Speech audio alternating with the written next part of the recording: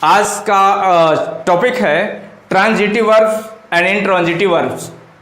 Transitive verbs किसे कहते हैं, इनट्रांजिटिव वर्ब्स किसे कहते हैं, आज इसी के बारे में चर्चा करते हैं। बहुत से लोग बहुत सारी गलतियां कर जाते हैं, कुछ रट्टा मार लेते हैं कि फला वर्ब ट्रांजिटिव है और फला वर्ब इनट्रांजिटिव है, जो कि उनके लिए बहुत ही घातक होती है। आप डीपली इसका अध्ययन करें, बढ़िया से अध्ययन करें, इसको वेरीफाई करें, उसके बाद तसल्ली होने के बाद ही आगे बढ़ते हैं। यदि आपको ट्रांजिटिव वर्ब्स सकर्मक क्रिया, जैसा कि शब्द से ही यानी कि इसका आशय जब निकल रहा सकर्मक, सकर्मक मतलब जिसमें कर्म हो, सहकर्मक जिसमें कर्म हो, यानी ऐसी क्रिया जिसमें कर्म हो। दूसरा है इनट्रांजिटिव वर्ब्स, यानी ऐसी क्रियाएं जिसमें कर्म न हो, और मीन्स न जिसमें कर्म न हो। आप लोगों को एक चीज बता दें, कर्म किसका किसका होता है, ऑब्जेक्ट किसका किसका होता है, ये यदि आपको जानकारी हो जाए तो आप लोग कभी गलती नहीं करोगे। हम आप लोगों को बता दें, क्योंकि एग्जाम का टाइम है, एक्टिव वाइज पैसिव वाइज के बाद तुरंत देना है आप सभी लोगों को, इसलिए ट्रांजिटिव इनट्रांजिटिव मैं आप लोगों को पढ़ा रहा हूं एक वीडियो में। बड़ी थोड़ी वीडियो होगी लेकिन बढ़िया से डीपली पढ़ लीजिएगा। ऑब्जेक्ट होता है वर्ब का, या तो ऑब्जेक्ट जो है क्रिया का कर्म होगा या फिर प्रीपोजिशन का ऑब्जेक्ट होगा। जब हम आप लोगों को एडवर्ब पढ़ाएंगे तो डीपली इसका नॉलेज दे देंगे ऑब्जेक्ट के बारे में। अभी ध्यान रखिएगा, ऑब्जेक्ट किसका होता है, या तो वर्ब का होगा ऑब्जेक्ट या फिर प्रीपोजिशन का होगा। सब्जेक्ट का ऑब्जेक्ट होता है, आप जानते हो, यानी तीन ही चीज का ऑब्जेक्ट होगा, verb, secondly preposition, thirdly subject. Clear? आते हैं पॉइंट्स पर आते हैं। हम यहां पर कुछ एग्जांपल्स लिखे हुए हैं, गौर से देखिएगा।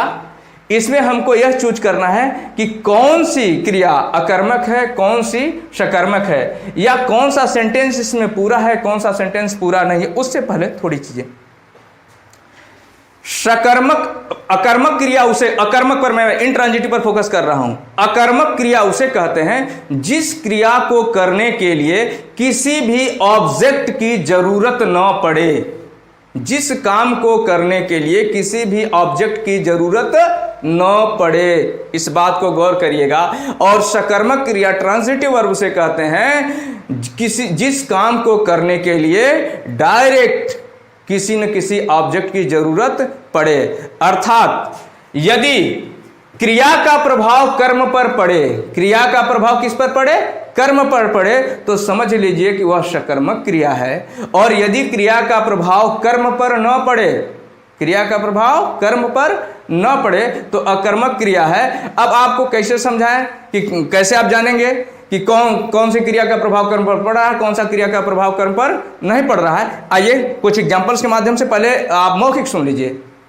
आप बताइए, यदि कोई बच्चा बैठा हुआ है और उसे कह दिया जाए खड़े हो जाओ, यानी बैठा हुआ है, राम मेज पर बैठा हुआ है, Ram is sitting on the table, Ram is sitting.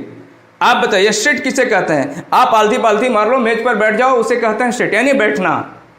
खड़ा होना किसे कहते हैं, जैसे मैं खड़ा हूं, मैं खड़ा हूं, इसमें किसी ऑब्जेक्ट की जरूरत है, नो, किसी भी तरीके से किसी ऑब्जेक्ट की जरूरत नहीं है।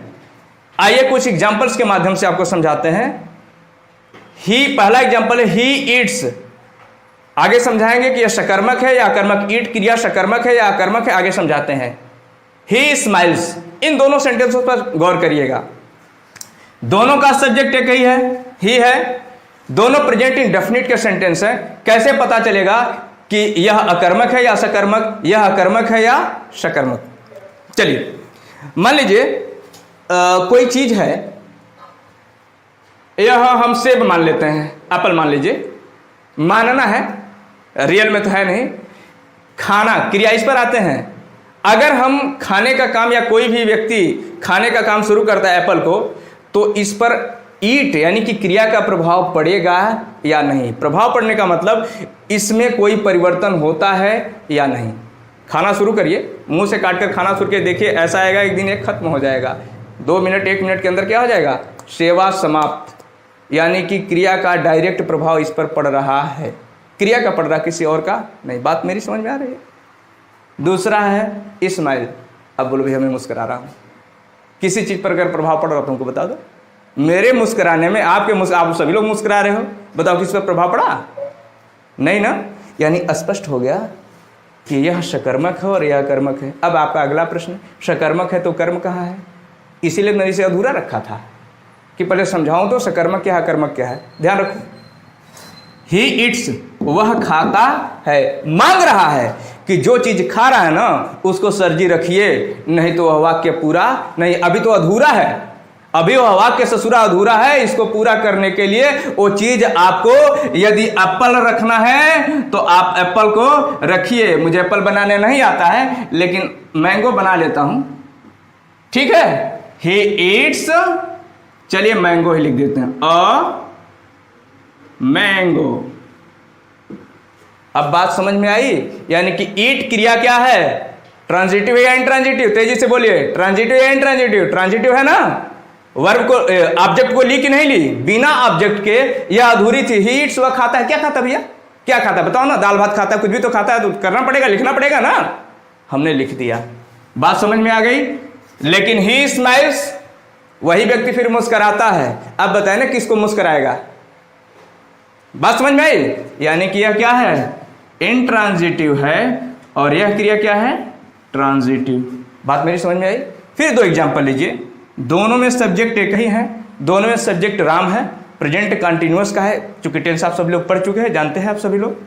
देखना यह है कि राइटिंग क्रिया ट्रांजिटिव है या इंट्रांजिटिव, डांसिंग क्रिया ट्रांजिटिव है या इंट्रांजिटिव। एक चीज आप लोगों को क्लियर कर दें मेरे बच्चों, ध्यान से इस बात को समझिएगा।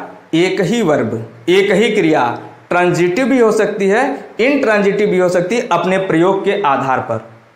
पुनः इस बात को ध्यान रख लीजिए, एक ही वर्ब जो यहां पर ट्रांजिटिव है, यही अगला प्रयोग आएगा, यहां पर हाँ ट्रांजिटिव है, अगला प्रयोग आएगा इंट्रांजिटिव हो जाएगा। उसका भी एग्जांपल आपको मैं दूंगा, आगे दूंगा, घबराइए नहीं, दिल थाम के बैठिए। अगर यहां पर यह वर्ब, राइटिंग वर्ब ट्रांजिटिव है, तो आगे हो सकता है कि किसी सेंटेंस में इंट्रांजिटिव भी हो जाए। डांसिंग अगर यहां पर हम साबित करते हैं कि इंट्रांजिटिव है, तो कहीं ऐसा भी आएगा जहां पर यह ट्रांजिटिव हो जाएगा। इसलिए घबराइएगा नहीं, कुछ एग्जांपल्स आपको मिलेंगे। चलिए देखते हैं कि राइटिंग क्या कहता है, ट्रांजिटिव या intransitive. Ram is writing, Ram लिख रहा है। ईमानदारी से बताओ क्या लिख रहा है? एग्जाम लिख रहा है? नहीं पता। लेटर लिख रहा है? ये भी नहीं पता। चलो नॉवेल लिख रहा है? नहीं पता। बुक लिख रहा है? कुछ तो लिख रहा है, या हवा में लिख रहा है? बोलिए।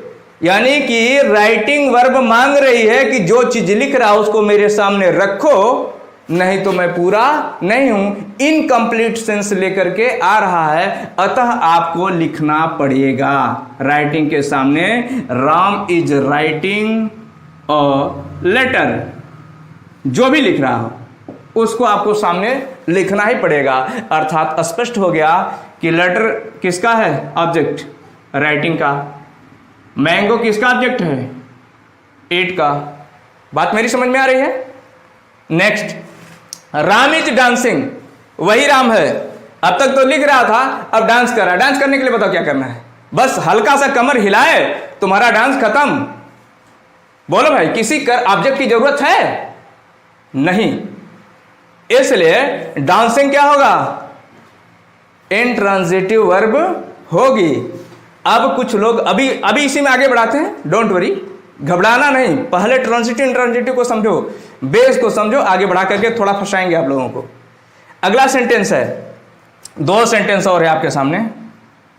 जैसा कि मैंने कहा कि एक ही वर्ब ट्रांजिटिव भी हो सकती है, इंट्रांजिटिव भी हो सकती है। मैंने पहले बताया, एक एग्जांपल अभी दिया, 10-20 एग्जांपल और आपको देंगे, घबराना नहीं।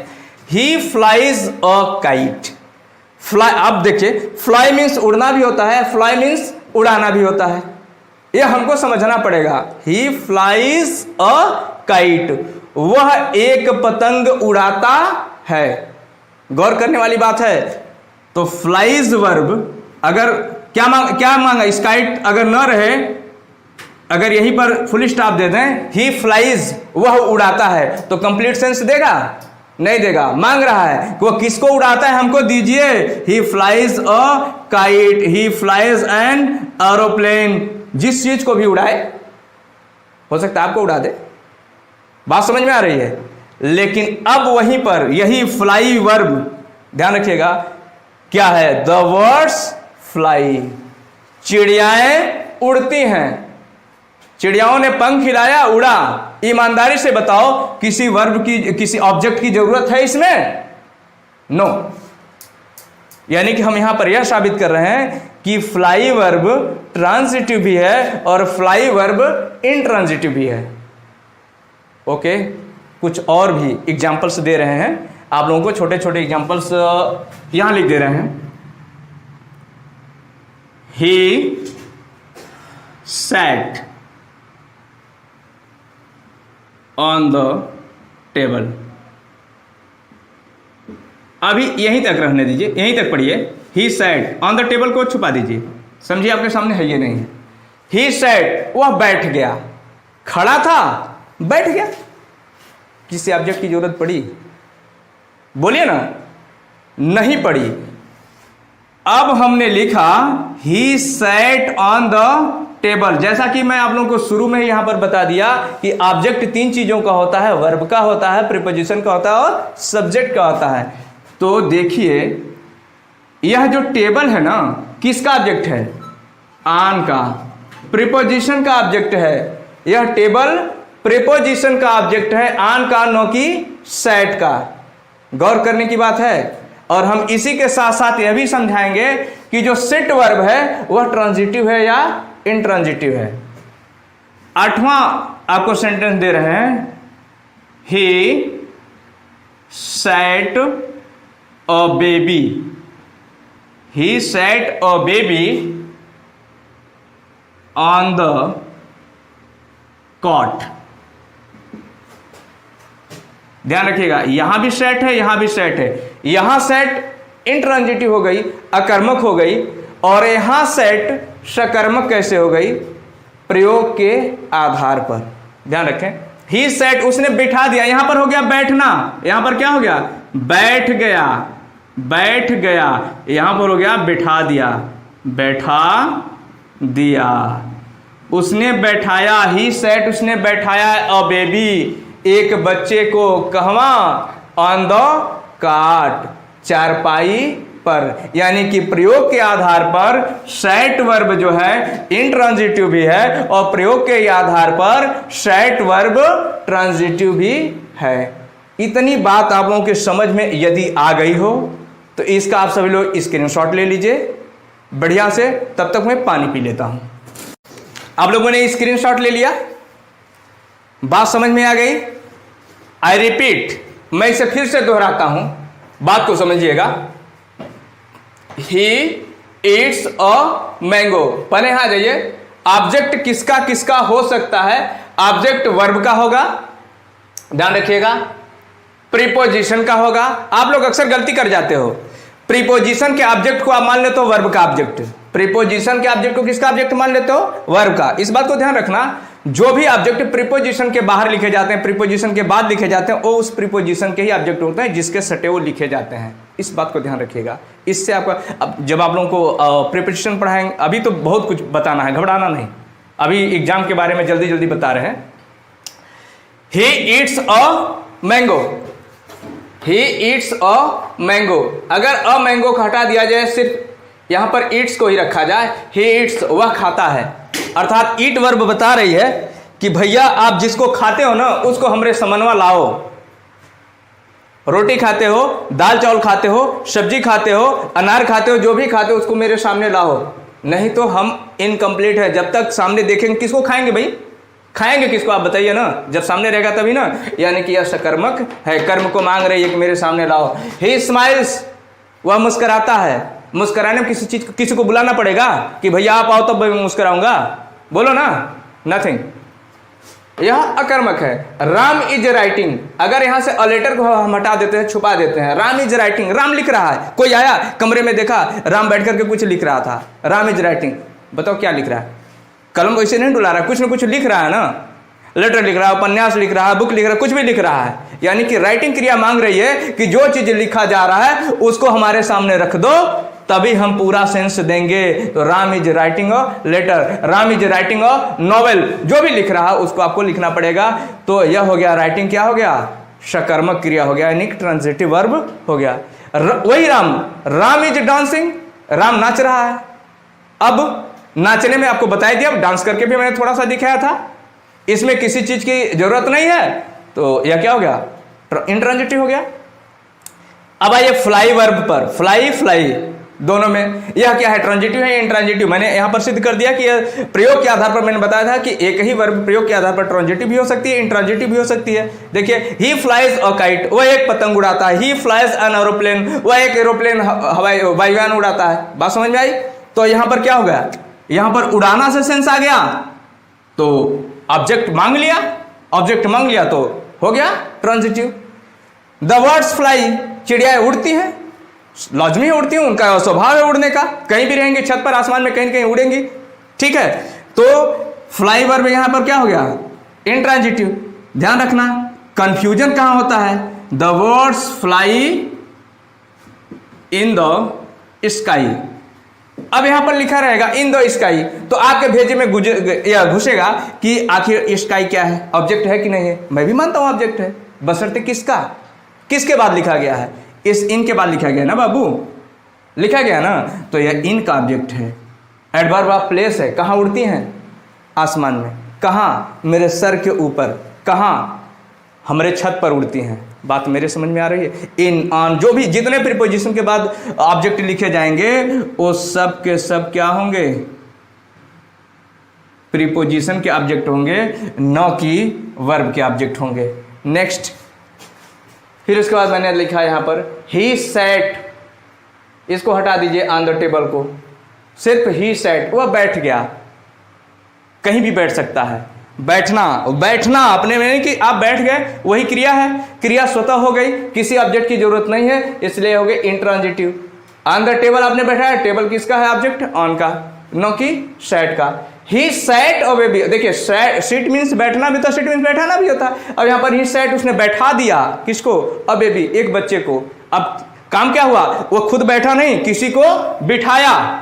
बात मेरी समझ में आ रही है। यह पर बता रही कि हम खुद नहीं बैठे, किसी को बिठाए, तो जिसको बिठाए वही इसका ऑब्जेक्ट हो गया। अब चारपाई पर बिठाए, टेबल पर बिठाए, जहां मर्जी वहां बिठाए, इससे कोई लेना देना नहीं, यह प्रीपोजिशन का ऑब्जेक्ट हो गया और अब ये भी सेट का ऑब्जेक्ट हो गया। डाउट क्लियर हुआ। ध्यान रखिएगा, इस चैनल को सब्सक्राइब कर लीजिए, बेल आइकन भी दबा दीजिए, लाइक और शेयर करते रहिए। आप अपना ही सिर्फ भला मत बनाइए, अपने और आपके मित्र हैं, आपके भाई हैं, वो आपके दुश्मन थोड़ी ना है, सबका भला देखिए। इसको शेयर भी करते रहेंगे, ज़्यादा से ज़्यादा लोगों तक इस वीडियो को पहुंचाइए। लाइक शेयर सब्सक्राइब करते रहिए, समय पर नोटिफिकेशन भी मिलता रहेगा जब बेल आइकन को जब दबाते रहेंगे तब। धन्यवाद।